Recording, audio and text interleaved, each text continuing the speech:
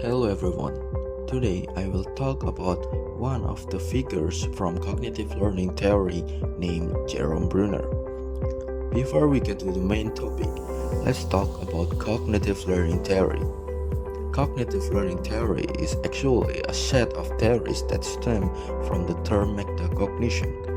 Cognitive learning theory asks us to think about thinking and how thinking can be influenced by internal factors, like how focused we are or how distracted we've become, and external factors like whether the things we are learning are valued by our community or whether we receive praise from others when we learn.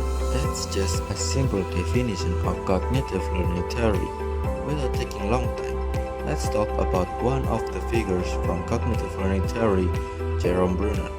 Who is Jerome Bruner? Jerome Bruner was an American psychologist and educator who developed theories on perception, learning, memory, and other aspects of cognition in young children. In his research on cognitive development, Bruner proposed that cognitive development progresses through three modes of representing knowledge. These are not strictly age-based but reflect a progression in the complexity of thought. The first mode is enactive mode.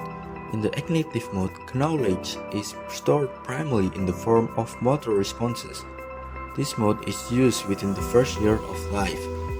It involves encoding physical action-based information and storing it in our memory. For example, in the form of movement as a muscle memory, a baby might remember the action of shaking a rattle.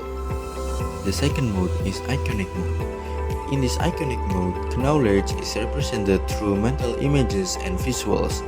This may explain why, when we are learning a new subject, it is often helpful to have diagrams or illustrations to accompany the verbal information. The last mode is symbolic mode. In the symbolic stage, knowledge is stored primarily as words, mathematical symbols, or other symbol systems, such as music. Symbols are flexible in that they can be manipulated, ordered, classified, so the user isn't constrained by action or images. Not only that, Bruner also developed the concept of discovery learning. Discovery learning theory emphasizes that students learn best by actively constructing their own knowledge rather than receiving it passively.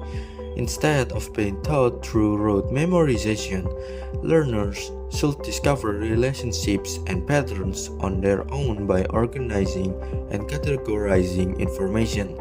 This approach encourages problem solving and critical thinking, with the teacher acting as a facilitator who guides the process rather than delivering content directly.